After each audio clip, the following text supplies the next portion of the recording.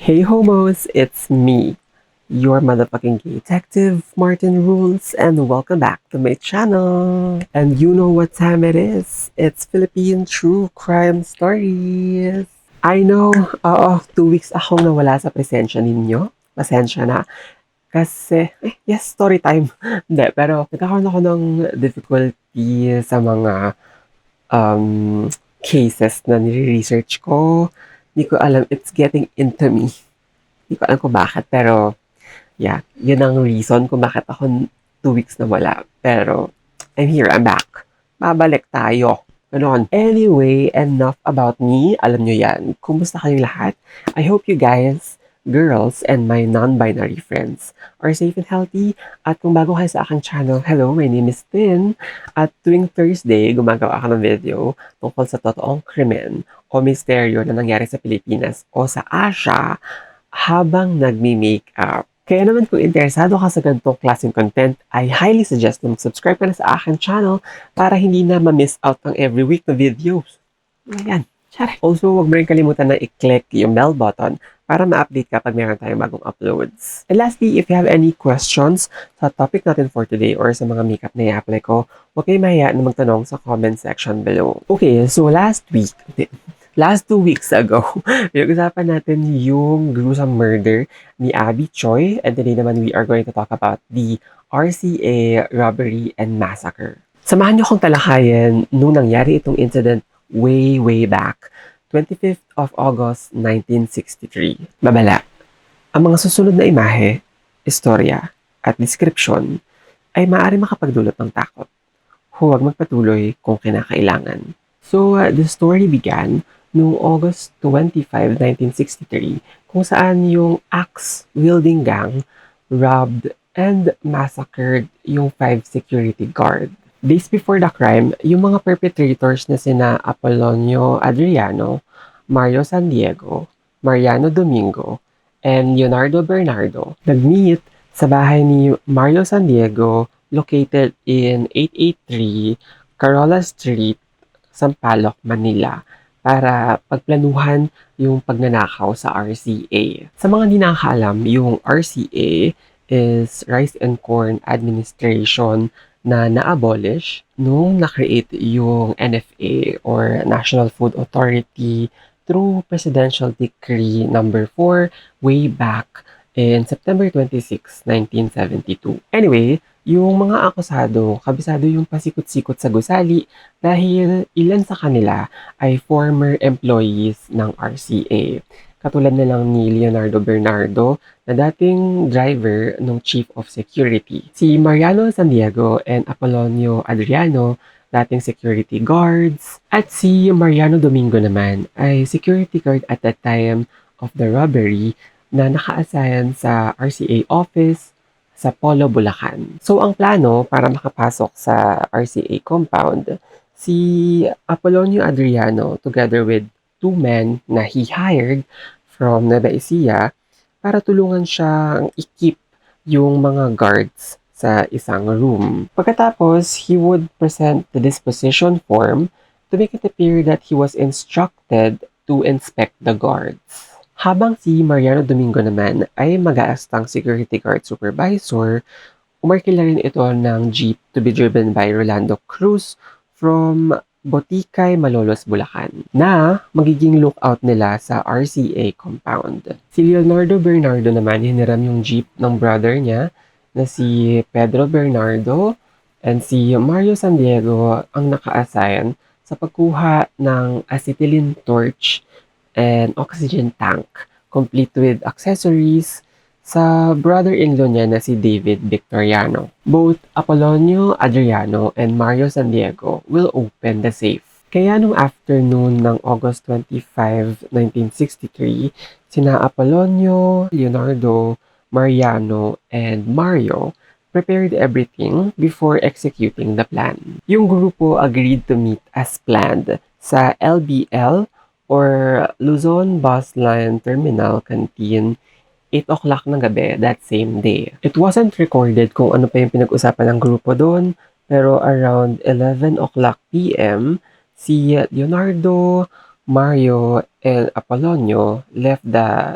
LBL terminal. Pagkatapos, sumakay yung tatlo sa isang jeep with the plate number J14363 na hiniram nitong si Leonardo sa brother niya. Ito ay para kunin yung acetylene torch and oxygen tanks na nasa bahay ni Mario. After makuha ng equipments, sina Leonardo and Mario sumakay ulit ng jeep and proceeded sa gasoline station opposite the bowling alley located sa United Nations Avenue. Habang si Apolonio naman rejoined the other accused sa LBL terminal. At around midnight noong August 25, 1963, sina Apolonio Mariano, Pedro Miranda, Gregorio Liwag, which I assume yung dalawang lalaki na hinire ni Apolonio from Nueva Ecija, and another man boarded the jeep with the plate number J18552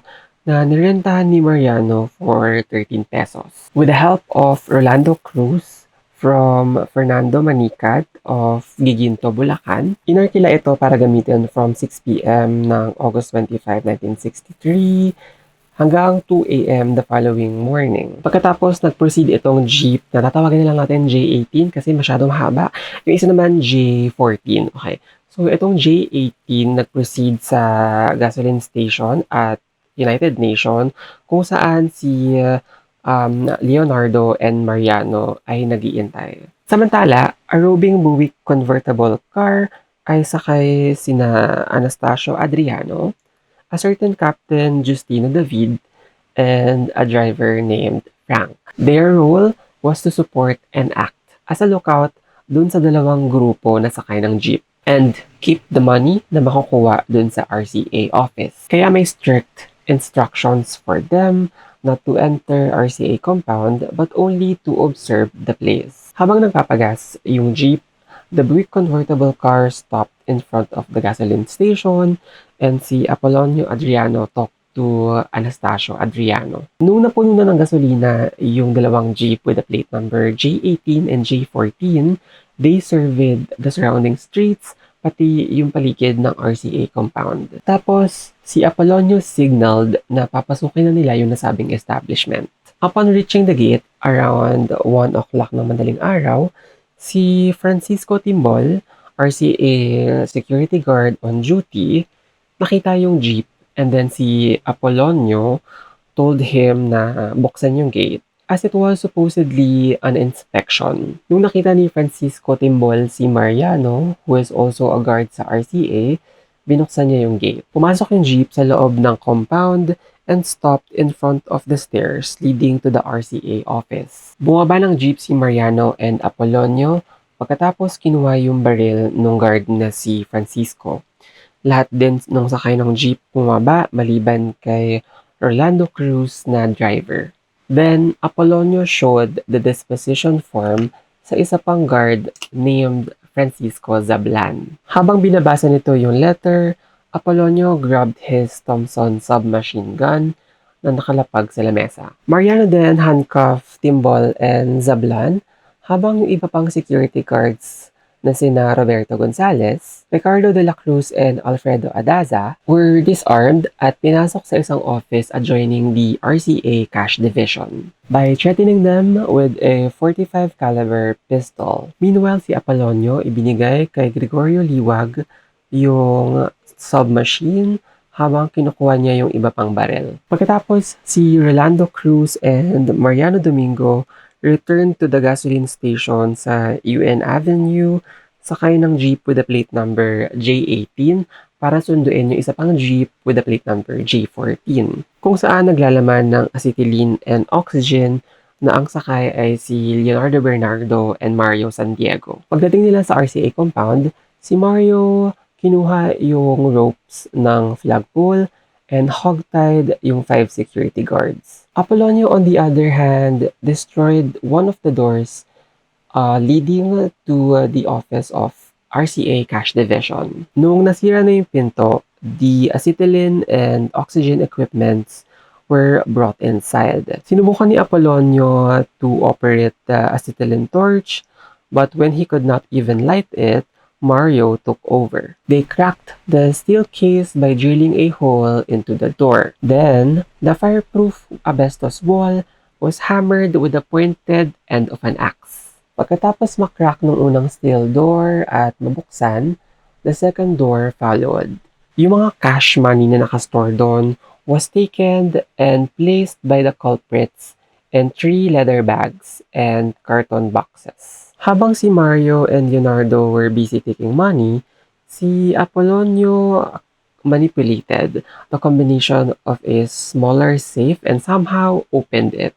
And yung mga robbers were also able to collect lesser denomination therefrom. Pagkatapos, 2 leather bags with several carton boxes filled with money were loaded sa jeep with a plate number J14 na minaneho ni Leonardo palabas ng RCA kasama si Mario. Sa labas ng RCA, sinenyasan either ni Leonardo o ni Mario si Rolando na driver ng jeep with a plate number J18 to enter the RCA premises. Pero instead, sundin yung instructions, si Rolando drove the jeep towards the direction of Pandacan, and before reaching Manila gas station, he stopped and fled. Meanwhile, yung jeep na minamaneho ni Leonardo proceeded sa 132 K17 Camias, Quezon City, owned by his brother. Yung jeep naman na minamaneho ni Mariano was loaded with 1 leather bag and a carton box containing part of the loot,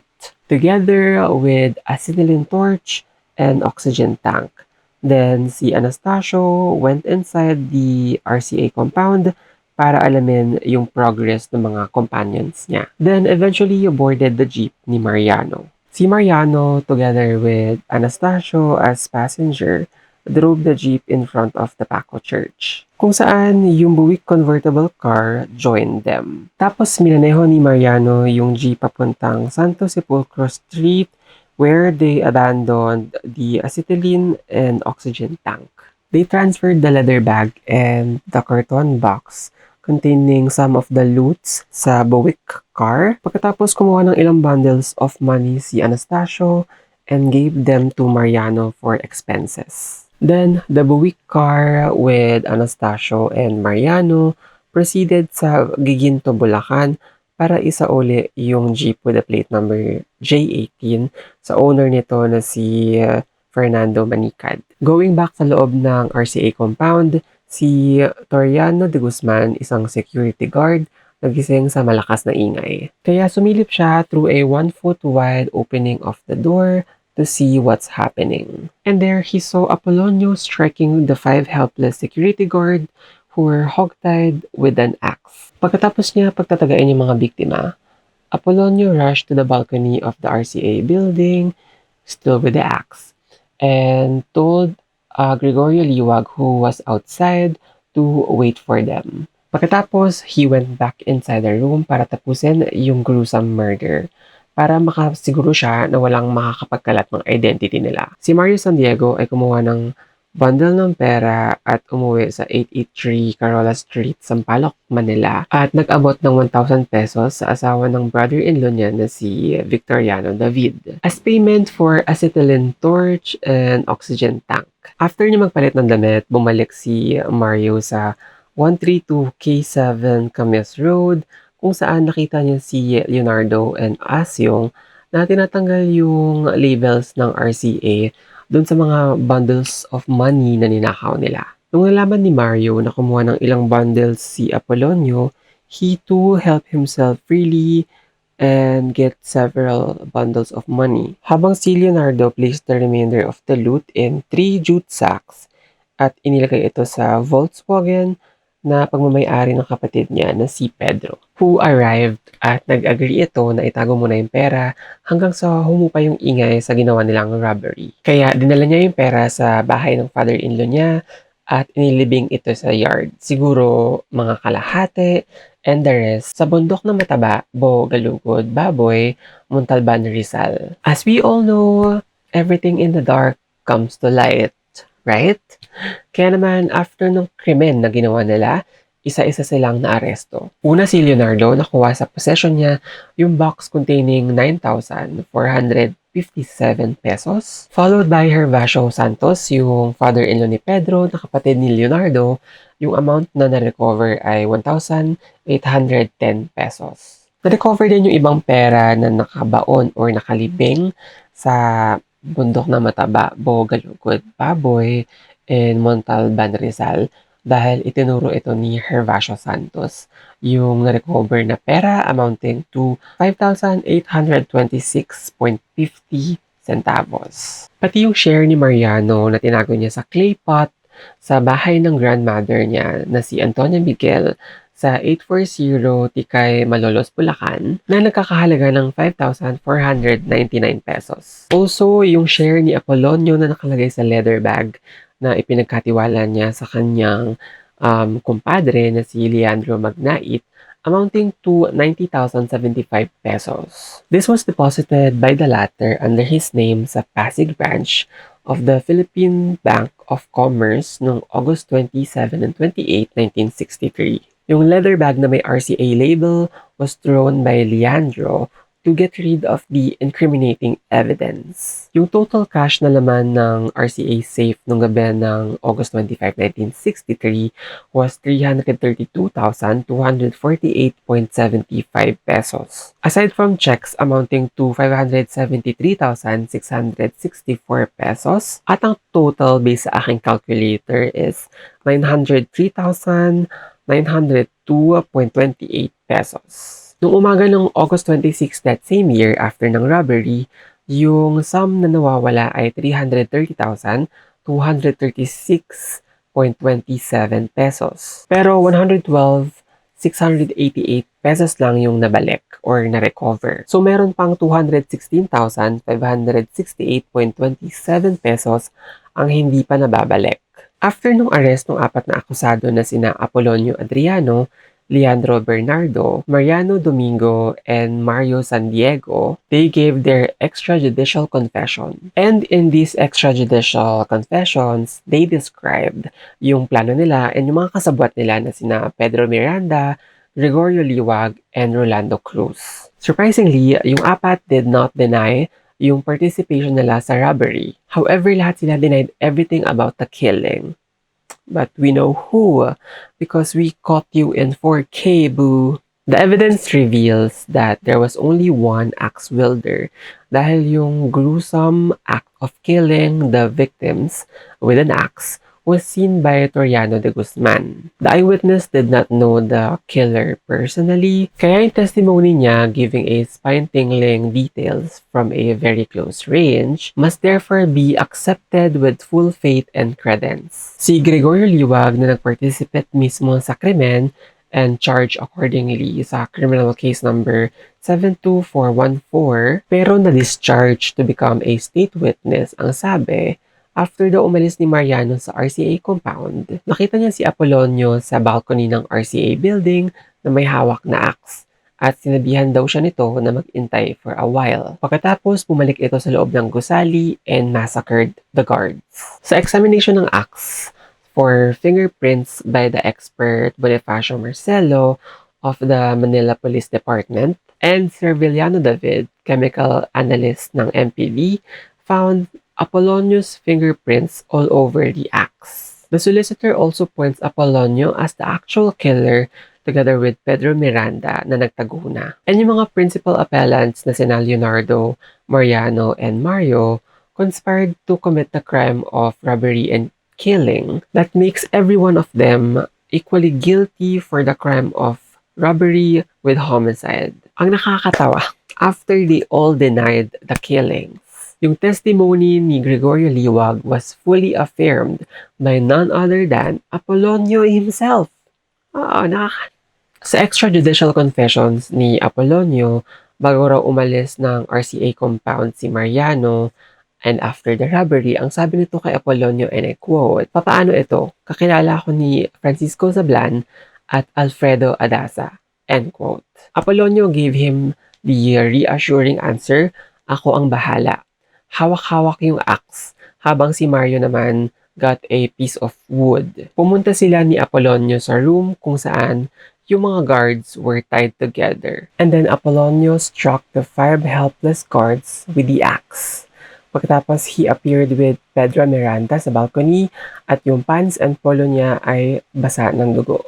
From the balcony, inutusan niya si Leonardo and Mario na mauna na at susunod na lang siya. As ordered, they proceeded sakay ng jeep pa Aurora Boulevard lagpas ng Pepsi Cola plant kung saan nila hinintay si Apollonio. He appeared minutes later on a cab. He joined his companions sa jeep with Leonardo on the wheel, making the reassuring remarks, quote-unquote, ayos na, wala na tayong suliranin. Now that Apollonio is definitely identified as the killer of the five security guards, the next question is kung siya at yung co-accused niya ay nag-conspire to kill and rob. As for the robbery, yung mga principal appellants, excluding the accessories, did admit their guilt. However, as for the killing, as previously shown, it was evidently prompted by Mariano Domingo. Remember nung sinabi niya kay Apollonio na baka makilala siya ng dalawang guards kasi na Francisco Sablan and Alfredo Adaza? Kasi personally, magkakalala talaga silang tatlo, oo. And then si Apollonio assured him na siya na ang bahala. They did all this, yung pag-eliminate sa mga witnesses to possibly avoid arrest. Quite obviously, si Mariano did nothing to prevent the killing dahil somehow he gave Apollonio an idea to do so. Therefore, lahat sila liable as co-principals regardless of the extent and character of their respective participation of the crime. Pero dito na-weirduhan ako dahil yung korte finds Leonardo Bernardo, yung isa sa mga nag-rob sa RCA, na unaware sa intention na pagpatay sa mga gwardya dahil he stayed near or inside the jeep with the plate number J14 dahil siya yung nagmamaneho. He only helped loading the loot and acetylene torch and oxygen tanks. And then nung nangyari na yung actual killing, nasa jeep lang siya. Pagkatapos binigyan siya ni Apollonio ng go signal para umalis sa RCA location. So kung unaware talaga itong si Leonardo sa killings, di ba nasabi kanina sa mga extrajudicial confessions nila na after i-struck ni Apollonio yung mga 5 security guards, yung polo at saka pants niya ay covered na ng blood. Hindi ba yun napansin ng Leonardo? Pero the evidence as evaluated, the mind cannot set at rest to include Leonardo for the conspiracy to rob and kill. Biggest eye roll.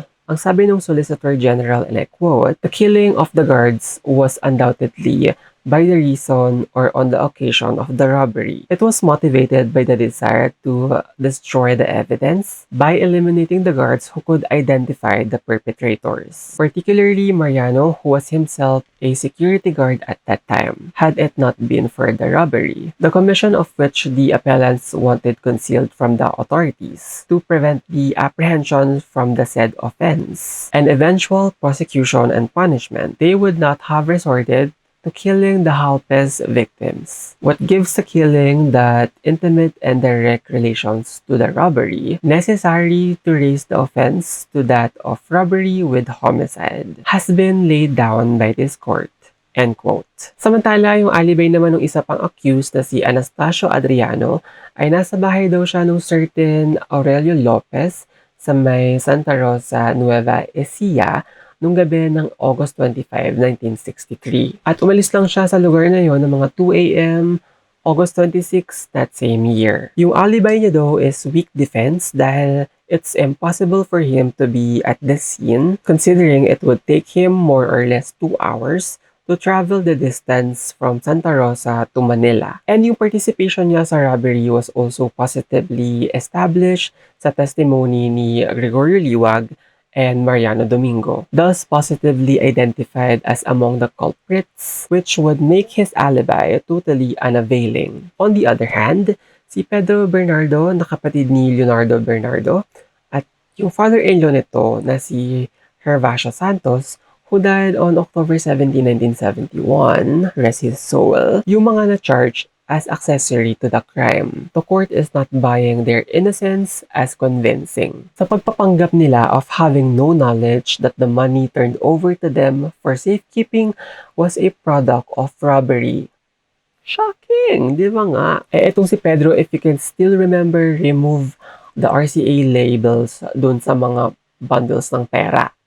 And to think na nahimik siya without asking kung saan galing yung pera sa oras ng gabi. By his acts, Pedro is accessory to the crime of robbery. Kaya the judgment of conviction rendered by the First Instance of Manila in criminal cases 72284, 72333, and 72500, which imposed the death penalty on Apolonio Adriano, Leonardo Bernardo, Mariano Domingo, and Mario Santiago for the crimes of robbery with homicide, and lesser penalties for Anastasio Adriano for robbery only, and for Pedro Bernardo and Herbacio Santos as accessories. However, nagbago ito mga besties. Oo, dahil si Apolonio, Mariano, and Mario still got the supreme sentence of death penalty, pero modified as to Leonardo, who lack of necessary votes, is hereby sentenced to reclusion perpetua, affirmed as to Anastasio, on whom was imposed an indeterminate penalty of 8 years and 1 day to 10 years